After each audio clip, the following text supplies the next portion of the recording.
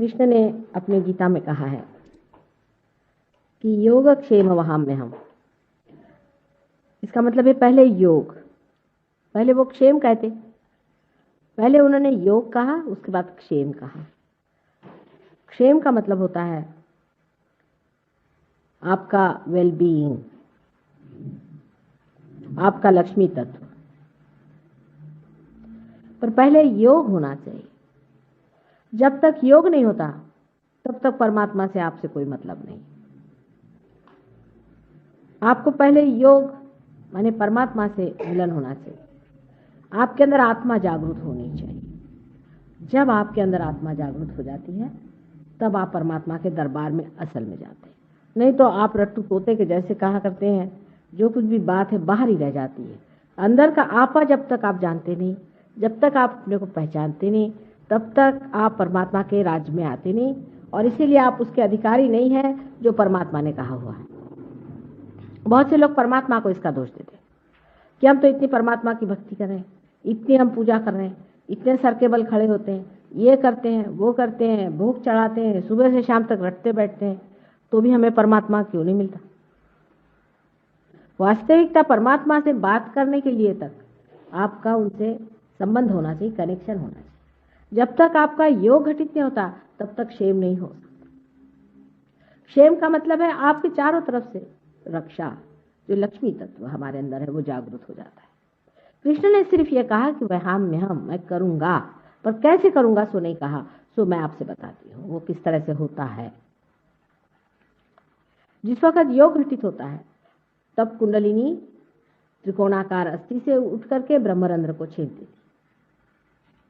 जब कुंडलिनी की शक्ति ब्रह्मरंध्र को छेदती है तब उसमें ज्योत आ जाती है, क्योंकि आत्मा की ज्योत वो पा लेती, और उस ज्योत के कारण नाभि चक्र में जो लक्ष्मी तत्व है वो जागृत हो जाता है। जैसे ही लक्ष्मी तत्व आप में जागृत हो जाएगा, चारों तरफ से आप देखिएगा आपकी खुशहाली रहेगी।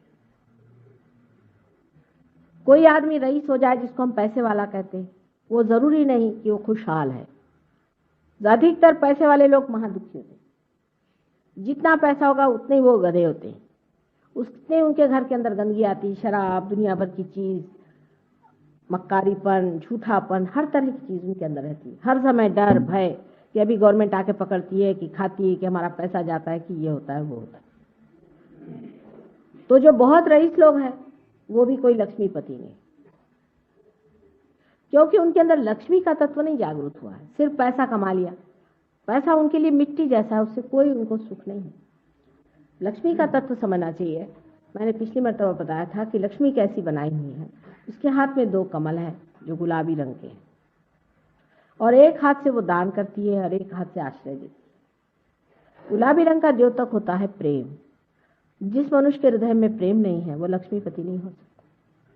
उसका घर ऐसा होना चाहिए जैसे कमल का फूल होता है। कमल के फूल के अंदर भंवरे जैसा जानवर जो कि बिल्कुल शुष्क होता है, जिसके कांटे चुभते हैं अगर आप हाथ पे लीजिए तो, उसको तक वो स्थान देता है, अपनी गाभा पर उसको सुलाता है, उसको शांति देता है। लक्ष्मीपति का मतलब यह है कि जिसका दिल बहुत बड़ा हो, जो अपने घर आए हुए अतिथियों को किसी को भी अत्यंत आनंददायी होता है, वो लक्ष्मीपति होता है। लेकिन अधिकतर आप रईस लोग देखते हैं कि वहां भिखारी होते हैं, उनके घर आप जाइए तो उनके एकदम जान निकल जाती कि मेरे 2 पैसे खर्च होंगे। जिस आदमी को हर समय ये फिक्र लगी रहती है कि मेरे आज 4 पैसे यहाँ खर्च हो रहे हैं, 2 पैसे वहां खर्च हो रहे हैं, इसको जोड़ के रखो, उसको कहाँ बचाऊं, इसको क्या काटूं, वो आदमी लक्ष्मीपति नहीं। कंजूस आदमी लक्ष्मीपति नहीं हो सकता। जो कंजूस है वो कंजूस है, वो लक्ष्मीपति नहीं है। कंजूस आदमी दरिद्री होता है, महादरिद्री होता है, उसमें कोई बादशाहत नहीं होती। जिस आदमी की तबीयत में बादशाहत नहीं होती उसको लक्ष्मीपति नहीं कहना चाहिए। जो आदमी बादशाही होता है वो चाहे गरीबी में रहे चाहे अमीरी में रहे, वो बादशाह होता है। वो बादशाह के जैसा रहता है, छोटी छोटी चीज के पीछे में, 2-2 पैसे के पीछे में, 2-2 कौड़ी के पीछे में, इसके पीछे में, उसके पीछे में परेशान होने वाला लक्ष्मीपति नहीं हो सकता।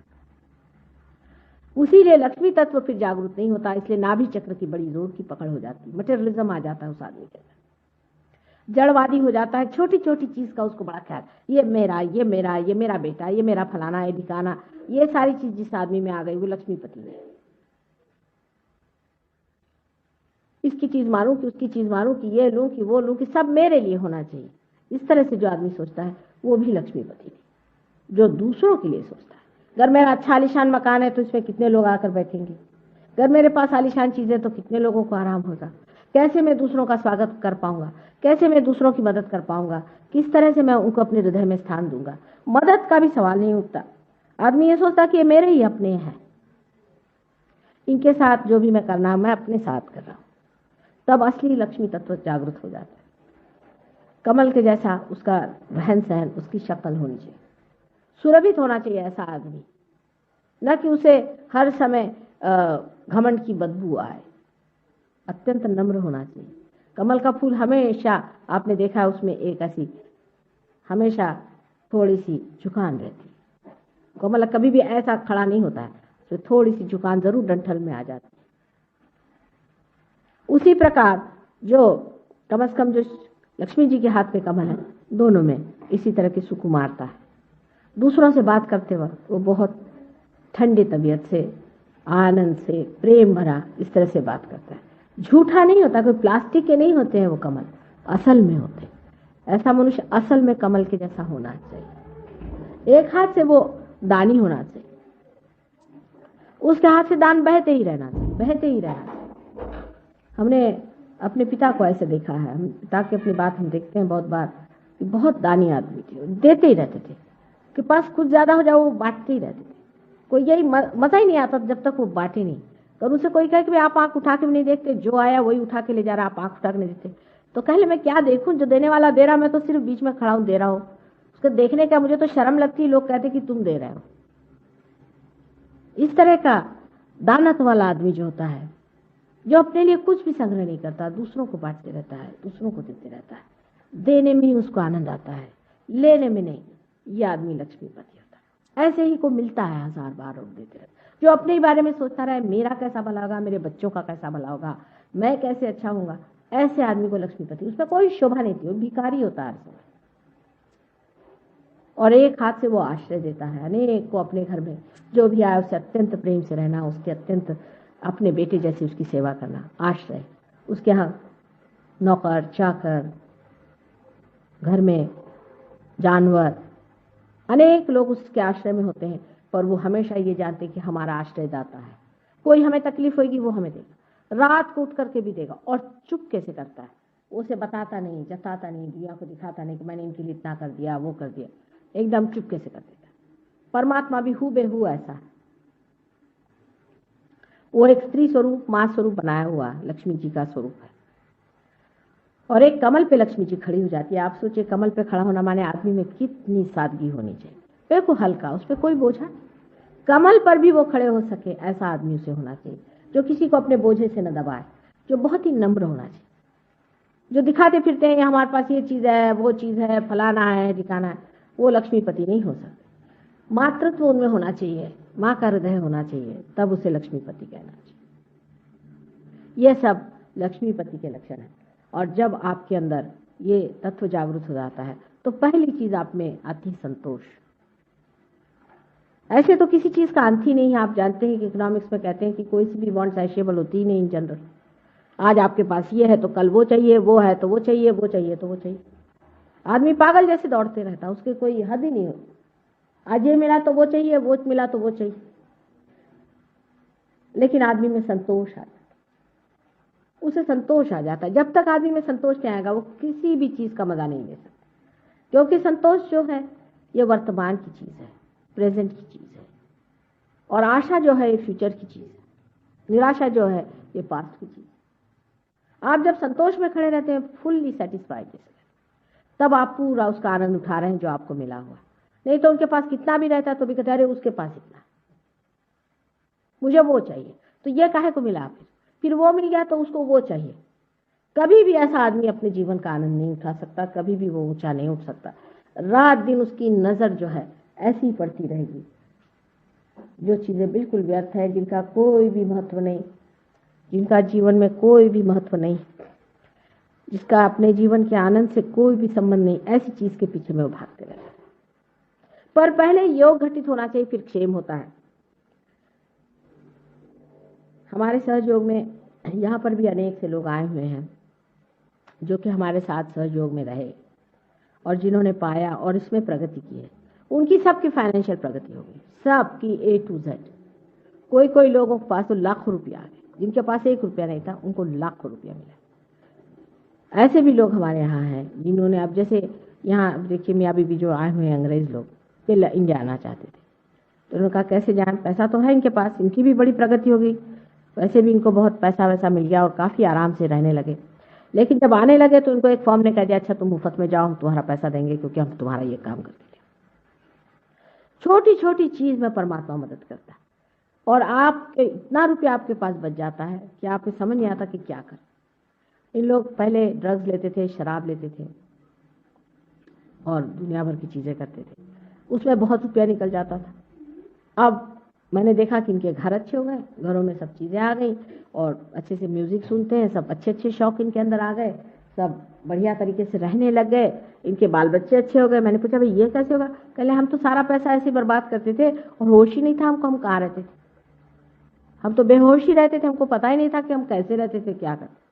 इसीलिए जो गुरुजन हो गए उन्होंने शराब और ऐसी चीज़ों को एकदम मना किया। अब शराब इतनी हानिकर चीज़ है कि इस तरफ से बोतल आई शराब की, उस तरफ से लक्ष्मी जी चली, सीधा ऐसा। उन्होंने देखा कि आपकी शराब की बोतल अंदर आ रही, उधर से वो चली गई। ऐसे आदमी को कभी भी लक्ष्मी का सुख नहीं मिल सकता। जिनके घर में शराब चलती उनके घर में लक्ष्मी जी का सुख नहीं हो सकता। हाँ, उनके यहाँ पैसा होगा, लड़के रुपया उड़ाएंगे, बीवी भाग जाएगी, कुछ ना कुछ गड़बड़ हो जाएगा, बच्चे भाग जाएंगे, कुछ ना कुछ तमाशे हो जाएंगे। आज तक एक भी घर आप मुझे बताएं जहां शराब चलती है और लोग खुशहाल हो ही नहीं सकते। खुशहाली शराब के बिल्कुल विरोध में बैठती। इसलिए गुरुजनों ने जो मना किया है, खासकर हर एक ने क्यों किया, हमको सोचना चाहिए। आखिर वो लोग कोई पागल नहीं थे। उन्होंने 1000 बार इस चीज को मना किया है कि शराब पीना बुरी बात है, शराब मत पियो, शराब मत पियो। शराब तो एक ऐसी चीज है कि ये भगवान ने कोई पीने के लिए कभी भी नहीं बनाई थी, पॉलिश करने के लिए बनाई थी, पॉलिश करने के लिए। कल लोग फिनाइल पीने लगेंगे, क्या कहें आदमी के दिमाग का? कुछ भी पीने लग जाए तो उसे कौन क्या कर सकता है? आदमी का दिमाग इतना चौपट है कि कोई भी चीज उसकी समझ में आ जाए पीने लग जाता है। उसे किसने कहा था कि शराब पीने के लिए? अब ये पॉलिश की चीज आप अपने शराब के नाम से जब पीते हैं तो अपने भी जितने भी लिवर हैं, इंटेस्टाइन्स हैं, सब पॉलिश होते जाते हैं। यहाँ तक कि आर्टरीज आपकी पॉलिश होकर के स्टिफ हो जाती है। आर्टरीज इतनी स्टिफ हो जाती है कि उसकी जो स्नायु है वो अपने को स्थितिस्थापक नहीं बना सकते, माने ना तो वो बढ़ सकते ना घट सकते, बस जम के जाते। आर्टरीज जो है एकदम एक साइज की हो जाती है तो खून भी नहीं चल पाता, खून भी अटक जाता है। जबकि वो उसकी जब कोई भी दबाव ना हो, उसके ऊपर में कोई खुलाव ना हो और एकदम जैसे कि नली जैसे बन जाए आर्टरीज, तो उसमें क्या हो? ऐसा पॉलिश अब दूर चढ़ता जाता है इसकी कोई हद नहीं, और मनुष्य भी पॉलिश बन जाता है। ऐसा आदमी बड़ा कृत्रिम होता है, ऊपर से बड़ी अच्छाई दिखाएगा। शराबी आदमी है, ऊपर से वाह बड़ा शरीफ है, वो बड़ा दानी है, ऐसा है वैसा है, सब ऊपरी चीज है। जो अपने बीवी बच्चों को भूखा मार सकता है, जो अपने बीवी बच्चों से जाती कर सकता है, वो आदमी कितना भी भला बाहर गम करके घूमे, उसका क्या अर्थ निकलता है बताइए? इसलिए शराब की इतनी मनाही कर गए, इतनी मनाही कर गए हैं, सो किस लिए कर गए? अब मुसलमानों को इतनी मनाही है शराब, लेकिन मुसलमानों से ज्यादा कोई पीता ही नहीं। क्यों मनाही कर गए? इतनी सोचना चाहिए। मोहम्मद साहब जैसे आदमी क्यों मनाही कर गए? नानक साहब इतना मनाही कर गए, सिखों से ज्यादा कोई लंदन में पीता ही नहीं, उनके आगे तो अंग्रेज हार गए। है कि नहीं बात सही? कौन से धर्म में शराब को अच्छा कहा है? कोई भी धर्म में नहीं कहा हो, लेकिन सब धर्म में लोग इतना ज्यादा पीते हैं और अपने गुरुओं का अपमान हो रहा है। हमारी सारी नाभि चक्र और उसके चारों तरफ 10 हमारे जो धर्म है जो कि गुरुओं ने बनाए, ये 10 धर्म हमारे नाभि भी होते।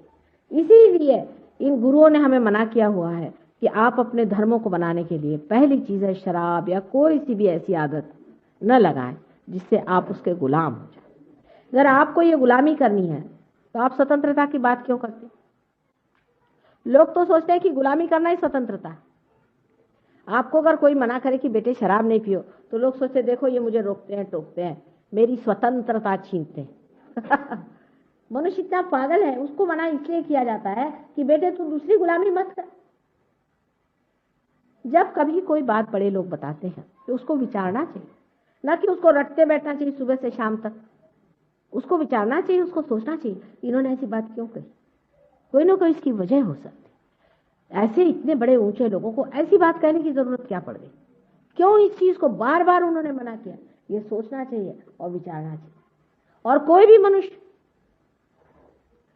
मनुष्य जरा सा भी बैठकर सोचे तो वो समझ सकता है कि इस कदर गंदी ये चीजें हम लोगों ने अपना ली है, जिसके कारण हमारे यहाँ से लक्ष्मी तत्व चला गया। इंडिया से लक्ष्मी तत्व बिल्कुल पूरी तरह से चला गया।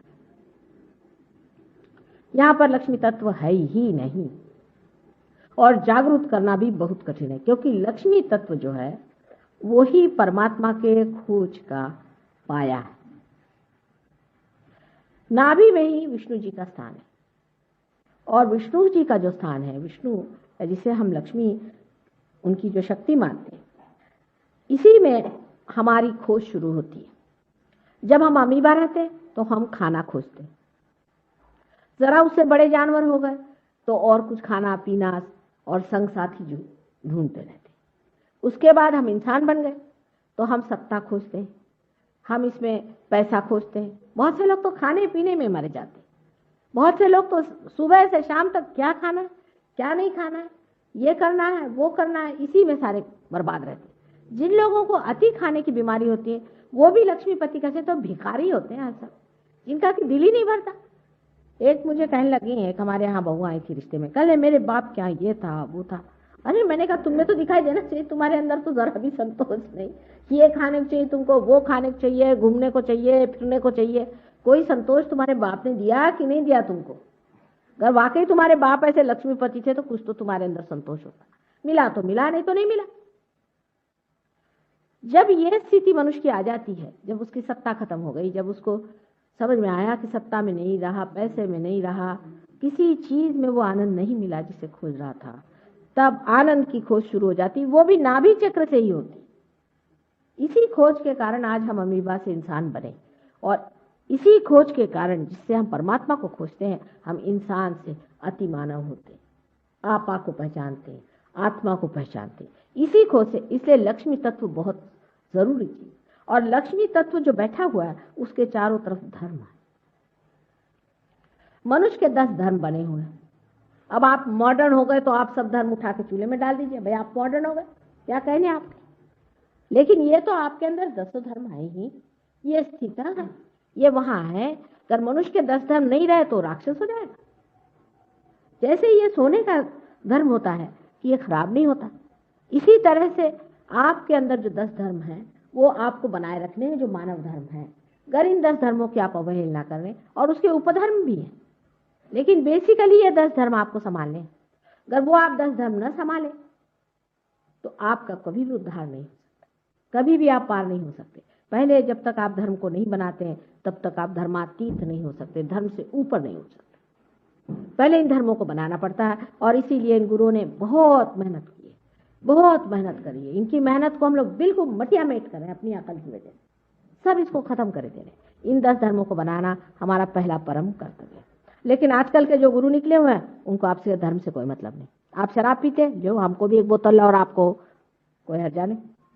अच्छा, आप अगर औरतें रख रहे हैं, ठीक है रखिए, 10 औरतें रखिए, और एक हमारे पास भी भिजवा दीजिए, या अपनी बीवी बच्चे हमारे पास भेज दीजिए। आपकी जेब में जितना रुपया हमारे पास दे दीजिए, हमें आपसे कोई मतलब नहीं। आपको जो भी धंधा करना है आपके बस पर्स में जितना पैसा वो इधर जमा कर दीजिए, फिर आप चाहे जैसा। आज ये किस्सा बता रही थी कि हमारे आई हुई है साथ में कि इनकी बहन कजिन थी, वो राजकन्या है वो भी, और उनके पति बहुत शराबी कबाबी बहुत बुरे आदमी थे, और वो एक गुरु के शिष्य थे। इन्होंने जाकर उनसे बताया कि आदमी मारता है, पीटता है, सताता है, औरत रख ली है, उसको कुछ कहो, वो औरतें रखता है और राजकुमार है, लेकिन क्या करे, उसका इतना खराब हो रहा है। तो कहले रहने दो, तुमको क्या करना। उसे रुपया हटते गए, गुरुजी को मतलब उनके रुपये से। ये कोई गुरु है जो कि आपसे रुपया हटते हैं? आपसे गुरु हो ही कैसे सकते जो आपके पैसे के बूते पर रहते हैं? ये तो पैरासाइट्स है। आपके नौकरों से भी गए बीते, कम से कम आपके नौकर आपका कुछ काम करते हैं। जो लोग आपसे रुपया लेकर के जीते हैं, ऐसे दुष्टों को तो बिल्कुल राक्षसों की योनि में डालना चाहिए। और ऐसे दुष्टों के पास जाने वाले लोग भी महामूर्ख है। मैं कहती हूँ, वो देखते क्यों नहीं? क्या आप परमात्मा को खरीद सकते हैं? आप किसी गुरु को खरीद सकते हैं? अगर कोई गुरु हो तो कभी अपने को बेचेगा? उसकी अपनी एक शान होती है, उसको आप खरीद नहीं सकते। कोई भी चाहे, एक ही चीज से आप उसको मात कर सकते हैं, आपके प्यार से, आपकी श्रद्धा से, आपके प्रेम से, भक्ति से, और किसी चीज से वश में आने वाली चीज नहीं। उसकी अपनी एक शान होती है, वो अपनी एक प्रतिष्ठा में रहता है, उसकी एक बादशाहत होती है। उसको क्या परवाह होगी? आप है रईस तो बैठे अपने घर में, उसको क्या? वो पत्तल में भी खा सकता है, वो क्या जमीन पर भी सो सकता है, वो चाहे राजमहल में रह सकता है, वो जैसा रहना चाहे रहेगा, उससे आपसे कोई मतलब नहीं। उसको तो सिर्फ आपके प्यार से, आपकी श्रद्धा से और आपकी खोज से। अगर आपको खोज है तो सर आंखों पर वो आपको उठा ले। ऐसे गुरु को खोजना चाहिए जो आपको परमात्मा की बात बताए, जो आपके आत्मा की पहचान कराए, जो मालिक से मिला है, वही गुरु माना हुआ है। जिसे जिसके उसी को गुरु। ये तो अगुरु भी नहीं है, राक्षस है, राक्षस। अंगूठियां निकाल के आपको देते, जो आदमी आपको अंगूठी निकाल के देता है वो क्या परमात्मा की बात करता होगा? आपका चित्त अंगूठी में डालता है, आपको दिखाई नहीं देता। जो अब एक है वो नंगा नाचना सिखा रहे, अधर्म सिखा रहे, कौन से धर्म में लिखा है इस तरह की चीज? दूसरे आजकल के गुरुओं के बारे में ये भी जानना चाहिए कि अपने ही मन से कोई चीज निकाल ली है। इनका पहले के गुरुओं के साथ कोई नहीं मेल बैठता। वो जैसे रहते थे, जैसी उनकी सिखावन थी, जिस तरह से उनका बर्ताव था, जो उनकी बातें थी, उससे इनका कोई मेल नहीं बैठता। अपने जो धर्म का जो अनेक इतिहास चले आ रहे हैं, जिसको कि आप कह सकते हैं कि किसी भी धर्म में देखिए तो वही चीज कही जाती। आप अपने शंकराचार्य को पढ़ें तो आप सहयोग समझ लेंगे, आप कबीर को पढ़े आप सहयोग समझ लेंगे, नानक को पढ़े आप समझ लेंगे, मोहम्मद को पढ़े आप समझ लेंगे, क्राइस्ट को पढ़े आप समझ लेंगे, कन्फ्यूशियस और सोक्रेटिस से लेकर सबको आप देखें तो सहयोगी सिखाते रहे। और ये जो सब आपको सर के बल उठना और फलाना ढिकाना और दुनिया भर की चीज आपको नचा नचा करके मारते हैं, इनको कैसे आप गुरु मान लेते हैं? एक ही गुरु की पहचान है, जो मालिक को मिला है वही गुरु है और बाकी गुरु नहीं। सत्य पे अगर आप खड़े हुए हैं तो आपको इसी चीज को देखना है। लेकिन इंसान इतना सुपरफिशियल हो गया है कि उसको सर्कस को देखता है। कितने तामझाम लेकर के आदमी घूम रहा है, कितनी हंडिया सर पे रख के चल रहा है, बाल कैसे बना के चल रहा है, क्या सींग लगा के चल रहा है। गुरु की सिर्फ एक ही पहचान है कि वो सिवाय मालिक के और कोई बात नहीं जानता, उसी में रमा रहता है। वही गुरु माने आपसे ऊंचा इंसान है। लेकिन जिनको आप खरीदते हैं बाजार में, जिनको आप पैसा देते हैं, जो आपको बेवकूफ बनाते हैं, जो आपको हिप्नोटाइज करते हैं, उनके साथ आप बंधे हुए हैं, उनके साथ आप लगे हुए हैं, तो इस तरह के लोगों को क्या कहा जाए? और कलयुग में, इस घोर कलयुग में तो ऐसे अनेक हैं, अजीब अजीब तरह के एक नमूने हमें आपसे बता, किसका वर्णन करूं, किसका कहूं। ऐसे कभी न गुरु हुए न होंगे मेरे ख्याल से, जिसका आजकल हो रहा है नमूने एक से। पर वो ऐसी चिपकन होती है उस चीज की कि अभी एक वहां पर देहरादून में एक देवी जी आई, उनकी कुंडलिनी एकदम ऐसी जमी हुई ऐसी। तो मैंने कहा भाई तुम कौन गुरु के पास गई? तो उन्होंने बड़े से बताया कि उनके पास गए। मैंने कहा आपने उनके बारे में पेपर में पढ़ा कि नहीं पढ़ा? एक 18 साल की लड़की के साथ उन्होंने जो भी गड़बड़ किया था, उस लड़की ने और 25 और लड़कियों ने ब्लिट्स में और इसमें उसमें सब दूर छापा था, 10 साल पहले छापा था। कहले हमने पढ़ा पर वो सब झूठ है। हमने कहा झूठ है तो आपको क्या मिला उनसे? तो उनको बड़ा बुरा लग गया। कहले मैं तो माता जी शादीशुदा औरत हूं, मैं ऐसी हूं, मैं ऐसा। फिर मैंने ऐसे आदमी के दरवाजे जाना ही क्यों? लेकिन उस पे वो ये नहीं कि औरत बदमाश है, ये नहीं कि वो खराब औरत है, पर उस पे हिप्नोसिस है, हिप्नोटाइज्ड है। कोई उनको फ्रीडम नहीं। गुरु बैठेंगे 7 मंजिल पे जाके, आप जाइए वहां पे सेवा करिए, इतनी बड़ी बड़ी पेटियां रखी रहेंगी, उसमें आप पैसा डालिए। सेवा का मतलब है पैसा डालिए। और लोग घर से पैसे भर भर के ले जाते हैं वहां डालने के लिए। या आप देख लीजिए कहीं भी जाकर, इतनी बड़ी बड़ी ट्रंकें रखी रहेंगी। अरे हमारे भी पैर छूते तो कोई 1 रुपया रख जाता है, कभी 5 रुपया रख जाता है, जाती है ऐसी। ये मतलब आदत पड़ गई ना। हनुमान जी के मंदिर जाओ, वहां भी 1.25 रुपया चढ़ा। और इसी चक्कर की वजह से हर जगह मस्जिद मंदिर हर जगह गड़बड़ करके रख दिया। ऐसी कोई जगह नहीं छोड़ी जो पवित्र जगह रह गई। और इसी चक्कर की वजह से हमारे जो जवान बेटे हैं, जो जवान लोग हैं, ये सोचते हैं कि परमात्मा है कि तमाशा है ये सब, क्योंकि वो तो अपनी बुद्धि रखते हैं ना, वो अभी साबित है दिमाग उनको अविश्वास हो रहा। सारे धर्मों में ये हो गया, आपको आश्चर्य होगा। अल्जीरिया से हमारे पास एक आए थे साहब, जवान हैं, बहुत होशियार और इंजीनियर थे। वो भी इसी आंदोलन में कि ये इस कदर ये लोग मुसलमान और ये फैनेटिसिज्म इनमें है और इस तरह से ये लोग दुष्टता करते हैं, हरी मुल्ला लोग ऐसा पैसा खाते हैं और सब पब्लिक के पैसे पे जीते हैं और अपने को बहुत बड़े महान समझते हैं और सब लोग उनके सामने झुकते हैं। फिर उन्होंने पोप को भी देखा, वो एक नमूना है। तो बिल्कुल अविश्वास से भर के आए उनका कि ये सब नथिंग है, बिल्कुल इसमें कोई अर्थ नहीं, सब झूठ। जब वो हमारे पास आए तो हमने कहा कि ये बात नहीं, जब सत्य है तभी उसका झूठ निकलता है। जब सत्य होता है तो उसी के आधार पे लोग झूठ बनाते हैं ना, तो सत्य भी कोई चीज है, एब्सोल्यूट भी कोई चीज है। अच्छा, हमने कहा तुम देखना सहयोग में, सहयोग जो है ये धर्मांधता और अविश्वास के बीचों बीच, जहां परमात्मा साक्षात आपसे कराते, आप स्वयं इसका साक्षात करें, इसका अनुभव करें, इसमें जमे। जब तक आप सहयोग में जमते नहीं तब तक आप पूरी तरह से इसका अनुभव नहीं कर सकते। जो जम गए उन्होंने मिल जाता है। जिन खोजा तिन पाया, कर खोजा ही नहीं तो कोई आपके पैर पे तो सत्य बैठने नहीं वाला आके कि भैया मुझे खोज। उसकी अपनी प्रतिष्ठा है, उसको खोजना चाहिए, लेकिन उसको खोजने से सत्य से आनंद उपलब्ध होता है। सत्य और आनंद दोनों ही चीज है, एक ही चीज है दोनों। जैसे चंद्र की चंद्रिका होती है या जिस तरह से सूर्य का उसका अपना प्रकाश होता है, उसी प्रकार सत्य और आनंद दोनों चीजें एक साथ है। जब आप सत्य को पा लेते हैं तो आनंद विभोर हो जाते हैं, आनंद में रममाण हो जाते हैं। लेकिन ये सिर्फ लेक्चरबाजी नहीं है कि आपको मैं लेक्चर देती रहूं सुबह से शाम तक। लेक्चर से तो मेरा गला थक गया। अब पाने की बात है कि कुछ पाओ, आत्मा को पाओ। बहुत से लोग ऐसे भी मैंने बहादुर देखे, हमें तो कुछ हुआ नहीं माता जी, माने बड़े अच्छे हो गए। होना चाहिए, नहीं हुआ माने कुछ गड़बड़ है आपके अंदर, कोई ना कोई तकलीफ है, आप बीमार है, आपका मेंटली आप ठीक नहीं, आप कोई गलत गुरु के सामने अपना मत्था टिका है। अगर आपने अपना मत्था ही, जो कि परमात्मा ने इतनी शान से बनाया है, इसको गलत आदमी सामने टेक दिया है तो खत्म हो गया मामला। आपको हमें भी अंधता से नहीं विश्वास करना चाहिए, गलत बात। हम चाहते हैं कि आप पाओ और उसके बाद अगर आपने अविश्वास किया तो आपसे बड़ा मूर्ख कोई नहीं, और उसके बाद भी आप अगर जमे नहीं तो आपके लिए क्या कहा जाए।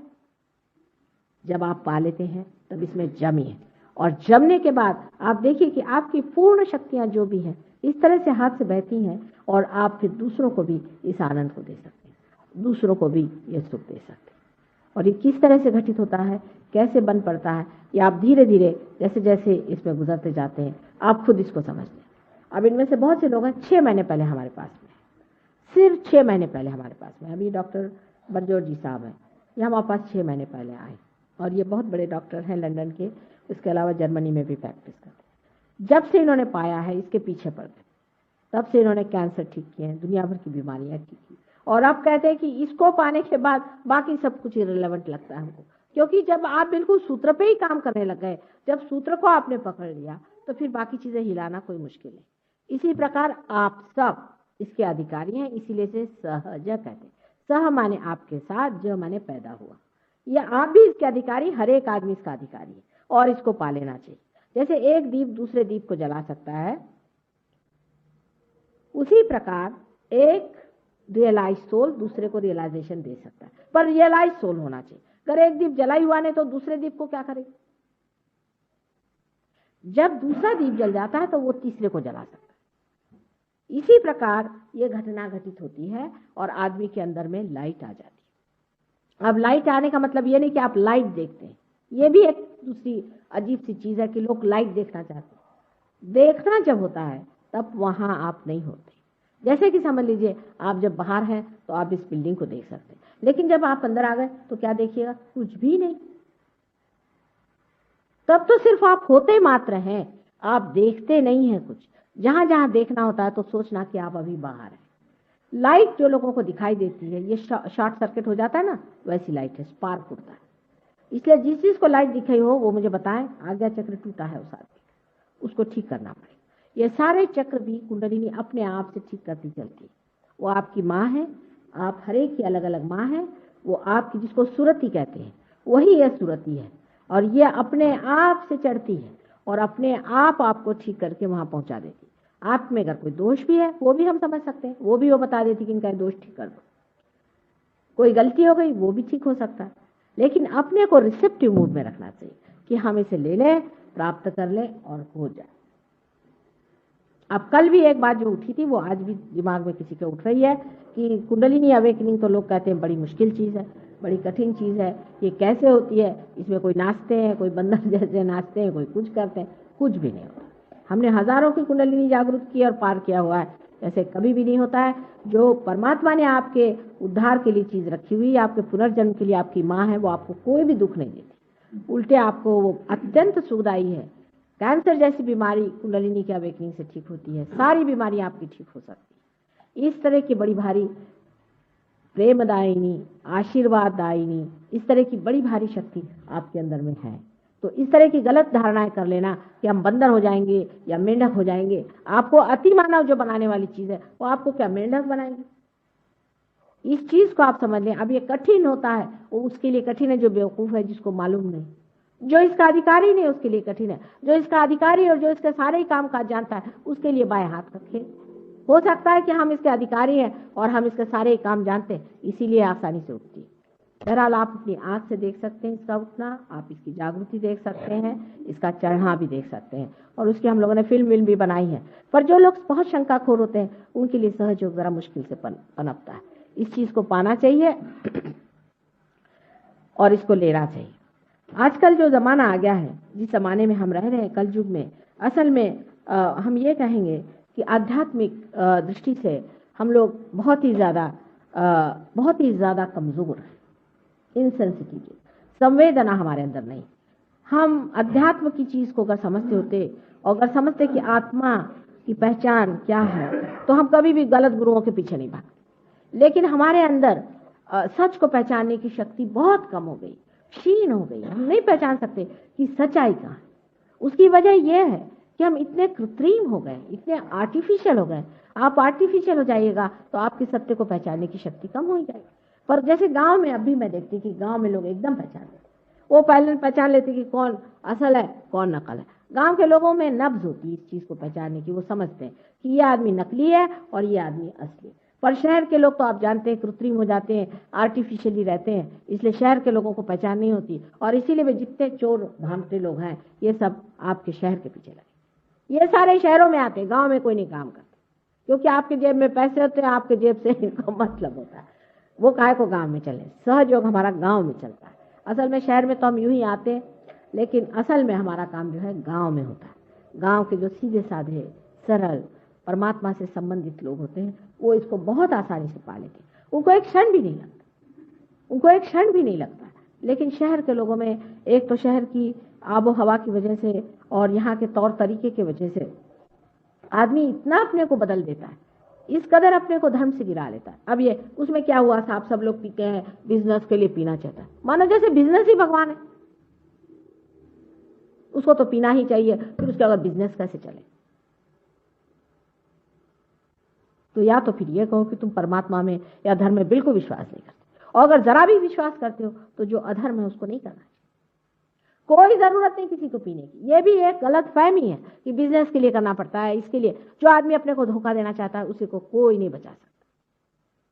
हमारे पति भी आप जानते हैं कि सरकारी नौकरी में रहे, उन्होंने बहुत बड़ी शिपिंग कंपनी चलाई, उसके बाद आज भी बहुत बड़ी जगह पे पहुंचे हुए हैं। हमेशा उनका कभी, मैंने उनसे एक ही बात कही थी कि शराब मेरे बस की नहीं, और जिंदगी भर उन्होंने कभी छुई नहीं, एक बूंद नहीं भी, और भगवान की कृपा से बहुत सक्सेसफुल रहा। सब उनको मानते हैं, सब उनकी इज्जत करते हैं। आज तक किसी शराबी आदमी का कहीं पुतला बनाया कि महाशराबी थे, मुझे एक भी बताया, एक भी देश। इंग्लैंड में लोग इतनी शराब पीते हैं, मैंने किसी को देखा नहीं कि ये बड़ा शराबी खड़ा हुआ है, इसकी पूजा हो रही कि शराब पीता था। किसी शराबी की आज तक संसार में कहीं भी मान्यता हुई है? फिर आपका बिजनेस इससे कैसे बढ़ सकता है? अगर आपकी इज्जत ही नहीं रहेगी तो आपका बिजनेस कैसा होगा? इज्जत से बिजनेस होती है, धोखाधड़ी से बिजनेस नहीं है। जो आदमी एक बार खड़ा हो जाए तो कहते हैं कि एक आदमी खड़ा हुआ है। ये इस तरह से अपने को आप इन चक्करों में, इन सोसाइटीज में, इसमें इस तरह से क्यों मिलाते जा रहे हैं? आप अपने व्यक्तित्व को संभालें, इसी के अंदर परमात्मा का वास है। आजकल के जमाने में ये बातें करना ही बेवकूफी और कहना ही बेवकूफी है, लेकिन आप नहीं जानते कि आपने अपने को कितना तोड़ डाला है, अपने को कितना गुलाम कर लिया। इन सब चीजों में अपने को बहा देने के बाद आपको मैं क्या दे सकती हूँ? आप ही बताइए। अब कम से कम सबको ये व्रत लेना चाहिए कि हम खुद जो हैं, हमारी इज्जत है। परमात्मा ने हमको एक अमीबा से इंसान बनाया है। एक अमीबा छोटा सा, उससे इंसान बनाना कितनी कठिन चीज है। हजारों चीजों में से गुजार करके, इतनी योनियों में से गुजार के आज आपकी जैसी एक सुंदर सी चीज परमात्मा ने बना के रखी। फिर आपको उसने फ्रीडम दे दी, स्वतंत्रता दे दी कि तुम चाहो तो अच्छाई को वर्ण करो और चाहे तो बुराई को। जिस चीज को चाहे तुम अपना सकते हो। तुमको बुराई को अपनाना, चलो बुराई को अपनाओ, अच्छाई को अपनाना, अच्छाई को बनाओ। अब आपको भी सोचना चाहिए कि जिस परमात्मा ने हमें बनाया हुआ है, इतनी मेहनत से बनाया है, उसने वो भी इंतजाम हमारे अंदर जरूर कर दिए होंगे जिससे हम उसको जाने और उसको समझें और अपने को जाने और हमारा मतलब क्या है, हम क्यों संसार में आए हैं, हमारा क्या फुलफिलमेंट है। मनुष्य ने ये कभी जानने की कोशिश नहीं की कि आखिर हम इस संसार में क्यों। साइंटिस्ट ये क्यों नहीं सोचते कि हम अमीबा से इंसान क्यों बनाएंगे। हमारी कौन सी ऐसी बात है कि जिसके लिए परमात्मा ने इतनी मेहनत की और उसके बाद हमें स्वतंत्रता दे दी। बस इसी जगह परमात्मा भी आपके आगे झुक जाते हैं, क्योंकि आप स्वतंत्र हैं। आपकी स्वतंत्रता परमात्मा नहीं छीन सकते। अगर आपको परमात्मा के साम्राज्य में बिठाना है, आपको अगर राजा बनाना है, तो आपको परतंत्र करके कैसे बनाए? आपको क्या हिप्नोसिस करके बनाया जाए? आप पूरी तरह से स्वतंत्र हैं। आप चाहें तो परमात्मा को स्वीकार करें अपने जीवन में और चाहे तो शैतान को करें। दोनों रास्ते आपके लिए पूरी तरह परमात्मा ने खोल के रखे और सबने बड़ी मेहनत की है। मैं आपसे बताती हूँ कि गुरुओं ने कितनी आफतें उठाई हैं, इतनी मेहनत आपके पीछे सारे जितने भी अवतार हो गए, उन्होंने, गुरुओं ने कितनी मेहनत करी, उनको कितना सताया हमने, उनको कितना अच्छा लगा, उनकी कितनी तकलीफ, वो सारी बर्दाश्त करके उन्होंने आपको बिठाने की कोशिश की।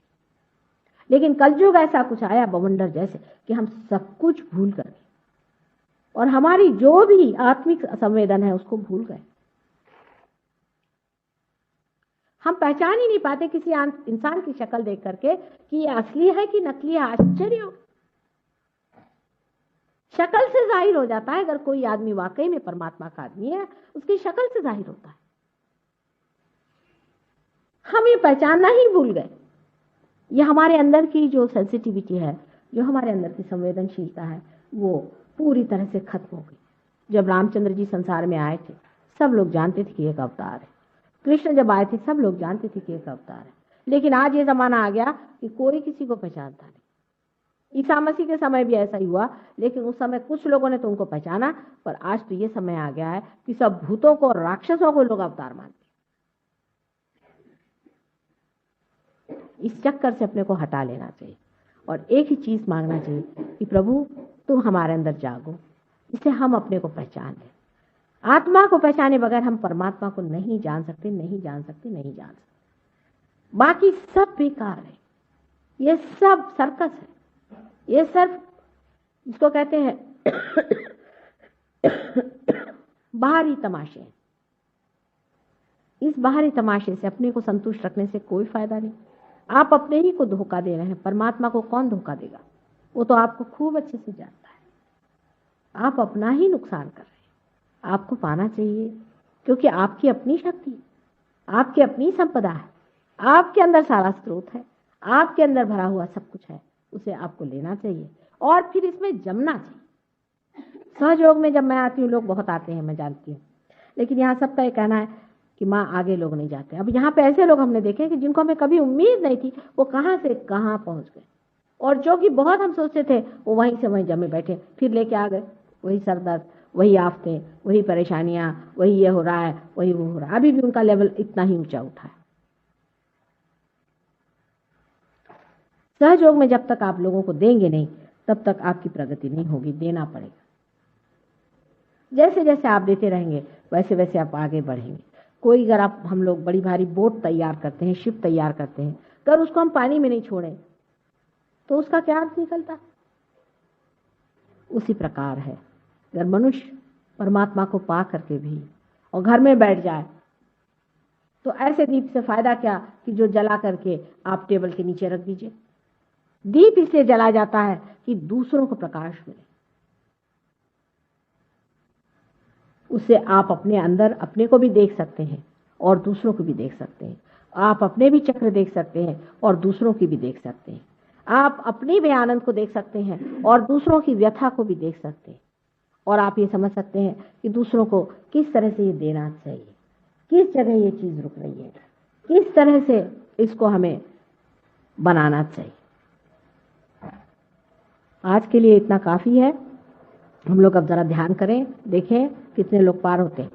आप लोग आराम से बैठिए। जो लोग नीचे नहीं बैठ सकते उनके लिए कुर्सियां मंगवा लीजिए और बैठिए, क्योंकि जो लोग नहीं बैठ सकते उनको जबरदस्ती नीचे नहीं बैठना चाहिए।